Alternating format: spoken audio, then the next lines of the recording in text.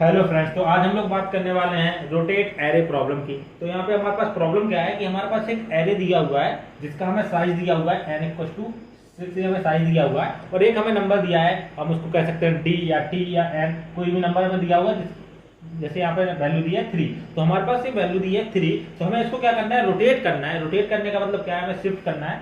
तो यहाँ पे 3 दिया है, तो हमें 3 एलिमेंट को 1 2 3 यहाँ से इस पूरे एलिमेंट को रोटेट करना है। रोटेट करने का मतलब क्या है कि इसको पीछे ले जाना है। ये 3 आगे आ जाएगा, ये यहाँ आ जाएगा, ये यहाँ आ जाएगा, ये यहाँ आ जाएगा और ये जो है ये इसके पीछे पहुंचेगा। ये कहाँ चला जाएगा, 3 इस तरफ चला जाएगा, 3 इस तरफ चला जाएगा और ये 3 स्टेप इस तरफ चला जाएगा। तो ये रोटेट हो रहा है, ये एलिमेंट इस तरीके से आ रहा है। तो मैं इसको प्रॉब्लम को थोड़ा सा और एक्सप्लेन कर दूँ। अगर मैं यहाँ पे रिजल्ट लिख देता हूँ तो रिजल्ट यहाँ पे आएगा 4 5 6 1 2 एंड 3। ये हमारा रिजल्ट होगा। तो देखिए यहाँ पे हर एक एलिमेंट जो है वो यहाँ पे इस तरह से हम कह सकते हैं 3 एलिमेंट शिफ्ट हुआ है या 3 एलिमेंट रोटेट हुआ है। तो आप देख सकते हैं कि ये रोटेट हो रहा है, इस डायरेक्शन में रोटेट हो रहा है। तो लेकिन अगर इस प्रॉब्लम को और सिंपल तरीके से समझा जाए तो आपने देखा होगा कि ये 3 के 3 एलिमेंट ये एरे उठ के यहाँ चला गया और ये एलिमेंट पीछे वाले एलिमेंट आगे आ गए। तो बेसिकली हम हर एक एलिमेंट को ना समझ करके हम उस पॉइंट को समझ लें। तो सबसे पहले तो इसको सॉल्व करने का एक तरीका तो यह कि हमें हर एक एलिमेंट को इस तरीके से जैसे एरो बना हुआ है ऐसे घुमाएं। दूसरा तरीका क्या है कि हमें पता चल जाए कि हमें जो पॉइंट पता चल जाए कि कहाँ से घुमाना है। जैसे आप देख सकते हैं कि ये पीछे के एलिमेंट आगे आ रहे हैं, आगे के एलिमेंट पीछे आ रहे हैं, तो हम ये पॉइंट पता कर लें। तो यहाँ पे हमें दिया हुआ n equal to 3, sorry d equal to 3। तो यहाँ पे हमें पता है कि हमें 3 एलिमेंट यानी कि इंडेक्स 0 1 2 एलिमेंट तक जो इंडेक्स है 0 1 2, ये जो इंडेक्स है या फिर ये जो एरे है, इस एरे को उठा करके इसके पीछे लाना है, इसको आगे कर देना, इसको पीछे कर देना। तो ये हमारा बेसिकली लॉजिक है। तो यहाँ पे अगर हम लोग बात करें तो हमारे पास हम इसको ऑर्डर ऑफ n कॉम्प्लेक्सिटी के साथ सॉल्व करेंगे।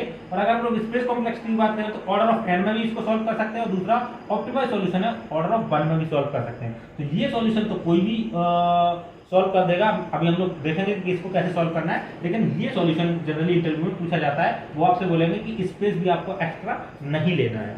तो ये काफी मतलब अच्छा प्रॉब्लम है। तो सबसे पहले तो हम समझते हैं कि अगर हम लोग बेसिकली इसको कैसे सॉल्व करना है, तो हमें पता है कि हम इस एरे को 2 पार्ट में डिवाइड कर लेंगे और दोनों एरे को रख देंगे, या फिर हम क्या करेंगे एक नया एरे ले लेंगे जो कि हमारे पास ये अप्रोच है order of n time order of n space, यानी कि हम इसको स्टोर करने के लिए एक नया एरे ले लेंगे। तो ये हमारा स्पेस बढ़ गया ना, यहाँ पर हमने एक स्पेस ले लिया और हमने क्या किया, हमें पता है यहाँ पे ये पॉइंट पता है, तो इसके पीछे वाले एलिमेंट को हम एक पॉइंटर यहाँ ले लेंगे और एक पॉइंटर यहाँ पे कितने एलिमेंट है 6 1 2 3 4 5 1 2 3 4 5 एंड 6। ओके, तो यहाँ पे हमें ये पॉइंटर यहाँ पे रखा और दूसरा पॉइंटर यहाँ पे रखा और हम एक एक करके एलिमेंट को इंसर्ट कराते जाएंगे। तो हमने सबसे पहले 4 को इंसर्ट कराया और इस पॉइंटर को बढ़ा दिया, इसको आगे बढ़ाया, इसको आगे बढ़ाया, फिर हमने 5 यहाँ पे इंसर्ट करा दिया, इस पॉइंटर को बढ़ाया और इस पॉइंटर को बढ़ाया। अब यहाँ पे 6 को इंसर्ट करा दिया और देखा हमने कि ये वाला पॉइंटर तो अपना एंड पे पहुंच गया, यानी कि n इक्वल टू 6 पे पहुंच गया। तो हमने क्या किया, अब इस पॉइंटर को यहाँ से यहाँ ले आया, इसको यहाँ से यहाँ ले आया, फिर यहाँ पे क्या किया, इस पॉइंटर को बढ़ाया और यहाँ पे क्या 1 को इंसर्ट करा दिया, फिर से दोनों पॉइंटर को बढ़ाया, इसको यहाँ ले गए, इसको यहाँ ले गए, तो यहाँ पे 2 को इंसर्ट करा दिया और इसको पॉइंटर को यहाँ बढ़ाया, इस पॉइंटर को यहाँ बढ़ाया और यहाँ पे वैल्यू 3 को इंसर्ट कराया और यहाँ पे हमने देखा कि ये एरे कंप्लीट हो गया, तो हम यहाँ पे रुक जाएंगे। या फिर यहाँ पे हम जो कंडीशन है कि हम इस पॉइंट को कंडीशन को देख लेंगे कि इस यहाँ तक हमें इसको इंसर्ट कराना है, तो हमारे सारे एलिमेंट इस तरह से इंसर्ट हो गए। लेकिन यहाँ पे प्रॉब्लम क्या हुई, हमारा एरे जो हमें रिजल्ट चाहिए था, रिजल्ट तो देखिए सेम आ रहा है, हमारा आंसर तो प्रॉब्लम तो सॉल्व हो गया, लेकिन इसमें क्या है, हमने पूरा लूप लगाया यहाँ से लेके और यहाँ तक, यानी कि पूरा सारे एलिमेंट को एक बार ट्रैवर्स किया, तो हमारी टाइम कॉम्प्लेक्सिटी कितनी आ गई, ऑर्डर ऑफ n। और हमारी जो स्पेस कॉम्प्लेक्सिटी है, क्योंकि हमने स्पेस भी अलग से लिया, n एलिमेंट थे तो n एलिमेंट को स्टोर कराने के लिए एक और एरे लिया जिसमें n एलिमेंट स्टोर है, तो यहाँ पे स्पेस कॉम्प्लेक्सिटी भी कितना हो गई, ऑर्डर ऑफ n।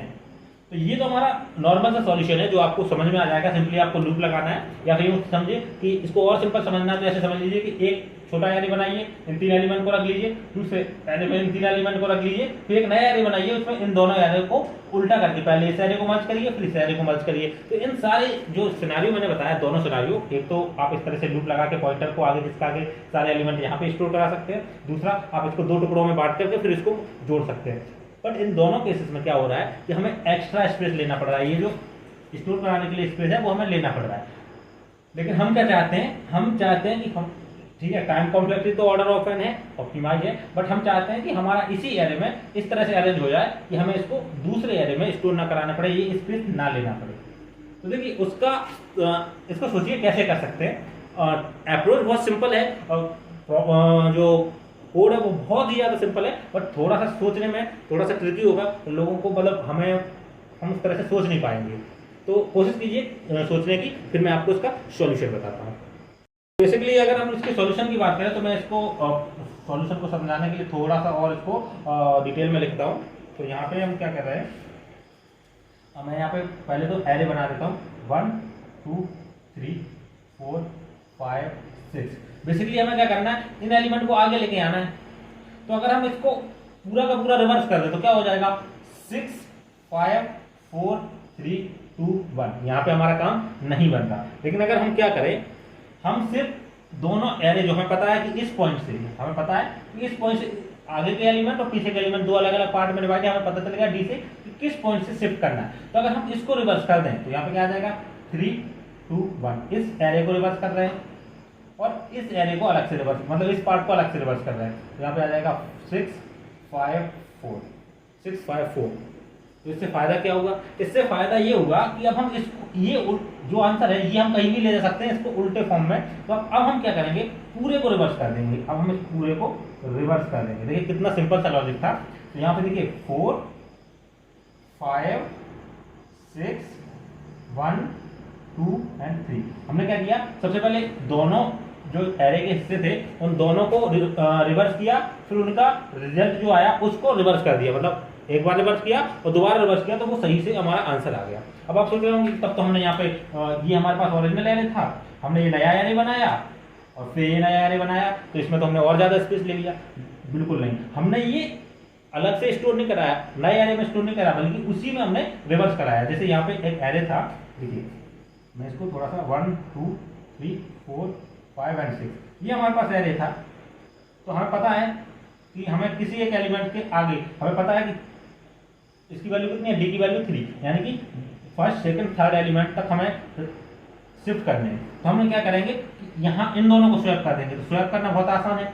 हम क्या करेंगे, रिवर्स करने के लिए क्या करते हैं, किसी भी एरे को अगर रिवर्स करना है तो हम क्या करते हैं, 2 पॉइंटर अप्रोच होती है, 2 पॉइंटर लेते हैं, आपस में इन दोनों को स्वैप करते हैं, फिर इन पॉइंटर को इसको इधर शिफ्ट करते हैं, इसको इधर शिफ्ट करते हैं, इन दोनों को स्वैप करते हैं। ऐसे ऐसे तब तक करते जाते हैं जब तक ये दोनों पॉइंटर या तो इक्वल ना हो जाए या फिर ये आगे ना निकल जाए। जैसे आगे निकलता है या इक्वल होगा वहीं पे हम रुक जाएंगे। तो हमें इनको स्वैप करना है। तो देखिए 3 इधर आ जाएगा, 3 इधर आ जाएगा, 1 इधर आ जाएगा, स्वैप हुआ। और फिर हमने क्या किया, ये पॉइंटर यहाँ थे, दोनों पॉइंटर इधर शिफ्ट हुए। तो अगर एक ही एलिमेंट है तो वो तो स्वैप करने की जरूरत ही नहीं है, ब्रेक हो जाएगा लूप। अगर 2 एलिमेंट होते तो फिर से स्वैप हो जाता। सेम यहाँ पे करना है, इन दोनों को स्वैप करना है। तो यहाँ पे 6 आ जाएगा, यहाँ पे 4 आ जाएगा। देखिए उसी एरे के अंदर कर रहे हैं, उसी जगह पे कर रहे हैं, नई जगह नहीं ले रहे हैं। तो ये दोनों पॉइंटर शिफ्ट करेंगे इधर। अगर मान लीजिए 4 एलिमेंट होते 1 2 3 4, अब इनको स्वैप करना है तो क्या करेंगे, एक पॉइंटर इधर है, एक पॉइंटर इधर है, इन दोनों को स्वैप करेंगे तो 4 इधर आ जाएगा, 1 इधर आ जाएगा और पॉइंटर इधर शिफ्ट हो जाएंगे। अब इन दोनों को शिफ्ट करेंगे तो 3 इधर आ जाएगा, 2 इधर आ जाएगा, फिर जो पॉइंटर है वो ये इधर निकल जाएगा, ये इधर निकल जाएगा। तो जैसे ही ये पॉइंटर आगे निकला वहीं पे हमें ब्रेक कर देना है। तो इस तरीके से हम एलिमेंट को जो हमारा एरे है उसको स्वैप कर देंगे। तो ये आप देख रहे हैं कि उसी स्पेस में हम लोग स्वैप कर रहे हैं। तो हमने इसको अलग से स्वैप किया, ऑर्डर ऑफ एन में ही हो जाएगा। उसके बाद हम इसको पूरे एरे को, अब हम इस पूरे एरे को सिंगल एरे मान लेते हैं। अब हमारा ये पार्टीशन वाला हिस्सा खत्म हो गया, अब इसका काम खत्म हो गया, इसका बारे में अब सोचना ही नहीं है। अब हमें क्या करना है, इसको स्वैप करना है। एक पॉइंटर इधर लिया, एक पॉइंटर इधर लिया, इन दोनों को स्वैप किया। इन दोनों को जब हम स्वैप करेंगे तो 4 इधर आ जाएगा और 3 इधर आ जाएगा। सिमिलरली ये पॉइंटर शिफ्ट हो जाएंगे इधर और इधर, और अब हम क्या करेंगे, इन दोनों को स्वैप करेंगे। इन दोनों को स्वैप करेंगे तो 5 इधर आ जाएगा, 2 इधर आ जाएगा, और ये पॉइंटर फिर से ये इधर शिफ्ट हो जाएगा, ये इधर शिफ्ट हो जाएगा। अब इन दोनों को स्वैप करेंगे तो 6 इधर आ जाएगा और 1 इधर आ जाएगा। उसके बाद ये पॉइंटर आगे जाएंगे तो एक दूसरे को क्रॉस कर जाएंगे, यानी कि जो लेफ्ट वाला पॉइंटर है वो राइट से आगे निकल जाएगा। तो हमें वहीं पे रुक जाना है, और जैसे हम रुक जाएंगे तो हमारा यही रिजल्ट है 4 5 6 1 2 3। अब देखिए उसी एरे में हमने सारे के सारे परफॉर्मेंस कर ली। तो कोड लिखना बहुत ही इजी है, यहाँ पे सिर्फ और सिर्फ लॉजिक हमारे पास जरूरी था। अब मैं कोड लिख दे रहा हूँ, उसको एक बार एक्सप्लेन कर देता हूँ। फटाफट वीडियो को पॉज करके और कोड लिख दे रहा हूँ। तो बेसिकली मैंने यहाँ पे कोड लिख दिया है, रोटेट एरे है जिसमें हमारे पास एरे दिया हुआ है, हमारे पास n वैल्यू दी हुई है, जैसा कि मैंने आपको पहले बताया था n हमें वैल्यू दी हुई है, और हमारे पास d वैल्यू दी हुई है कहाँ से हमें रोटेट करना है। तो हमारे पास, मैं इसी एरे को यूज कर ले रहा हूँ और मैं यहीं पे आपको सारा का सारा प्रोसेस बता देता हूँ।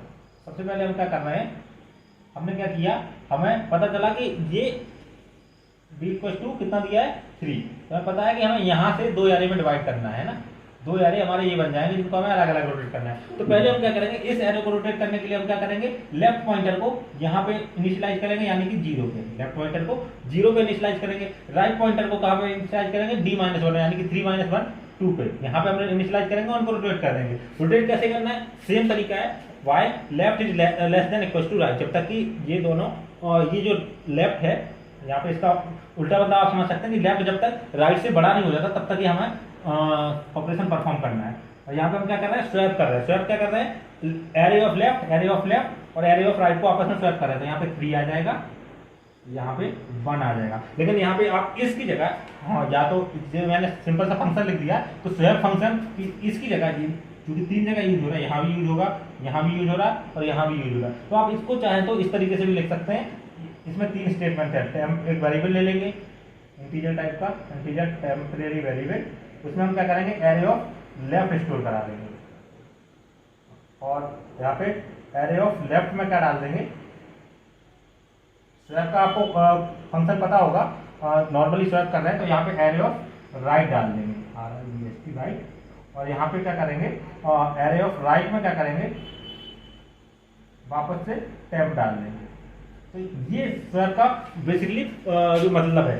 अब आप स्वैप फंक्शन को अगर आप यहाँ पे डिफाइन कर सकते हो तो अच्छी बात है, नहीं डिफाइन कर सकते तो ये स्वैप फंक्शन की जगह ये 3 लाइन यहाँ भी लिख सकते हैं, यहाँ भी लिख सकते हैं, यहाँ भी लिख सकते हैं। तो आप चाहे तो ये 3 लाइन हर जगह लिख दीजिए। डिस्क्रिप्शन में आपको इसका कोड मिल जाएगा, तो आपको उसकी टेंशन लेने की जरूरत नहीं है, बट मैं यहाँ पे आपको बता दे रहा हूँ। तो यहाँ पे हमने क्या किया, हमने इन दोनों को स्वैप कराया और हमने पॉइंटर, देखिए लेफ्ट वाले को बढ़ा दिया, लेफ्ट वाले को आगे कर दिया, और राइट वाले को क्या दिया, घटा दिया, राइट वाले को पीछे कर दिया, राइट माइनस तो इधर चला गया। अब ये दोनों सेम है, यहाँ पे अगर हम इक्वल्स टू हटा भी दें तब भी सही चलेगा, लगा भी दें तब भी सही चलेगा, दोनों इक्वल्स हैं तो ये आपस में ही स्वैप होगा, यानी कि 2 2 से स्वैप हो जाएगा। तो 2 2 से स्वैप होगा तो क्या होगा, 2 ही रहेगा।